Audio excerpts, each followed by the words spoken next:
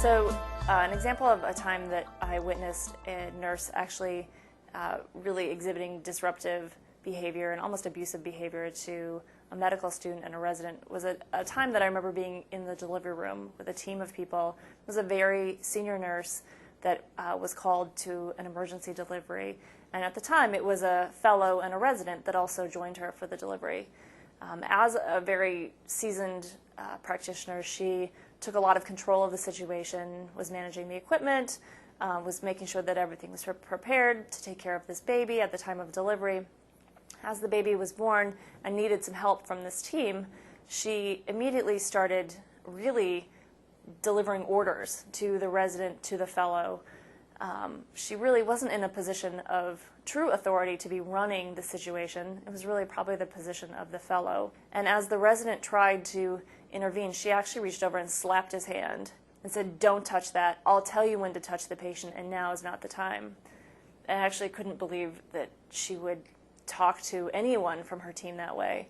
And this was, again, a medical resident who quickly retreated back away from the situation. And as I watched the situation unfold, steered clear of that nurse the rest of that shift. There then becomes this tension between the nursing staff and the residency staff. And instead of really working together around patients, there became quickly these two teams of people that really didn't want to talk to each other. The resident only talked to that nurse if he absolutely had to. And really, there were some things he probably needed to learn about his patient, but he wasn't about to go approach this nurse for more information because of the way he'd already been treated in the delivery room. There's almost this mentality that you're going to just rotate through my unit. You know, this is my home base, a little bit of my turf, my area. You're rotating through here for 4 weeks, 6 weeks, whatever. I'm going to have to teach you the ropes, and then you're just going to move on. So let's make this easy.